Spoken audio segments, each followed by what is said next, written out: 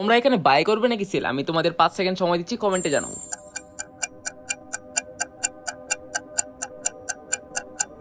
আচ্ছা ঠিক আছে, চলো একসাথে এখন আমরা অ্যানালাইসিস করি। তো প্রথমে আমরা যেটা লক্ষ্য করব সেটা হলো নিচে একদম ক্লিয়ার ডাবল বটম দেখা যাচ্ছে। বেসিক্যালি এর মানে হলো প্রাইস একই জায়গায় দুইবার রিজেক্ট করেছে, আর এটাই আমার প্রথম কনফার্মেশন যা আমাকে ইঙ্গিত দিচ্ছে যে এখান থেকে প্রাইস আপ ট্রেন্ডে যেতে পারে।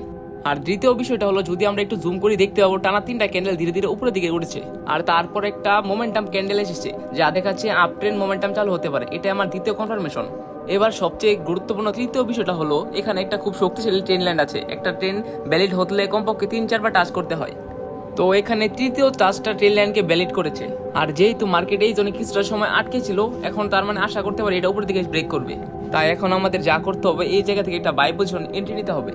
স্টপ লস রাখবো ঠিক এই ক্যান্ডেল স্ট্রাকচারের নিচে, আর টেক প্রফিট রাখবো হলো আগের রেজিস্ট্যান্সের উপরে। আর এভাবেই আমরা 1:3 রিস্ক রেশিও সেটা পেয়ে যাই। আমাদের ট্রেডটা একদম পারফেক্ট প্লে আউট করছে। বুম, একদম ক্লিন সেট আপ। এই ছিল আজকের সেট আপ। আরও এমন ডেইলি সেট আপ পেতে চাইলে লাইক এবং ফলো করতে ভুলবে না।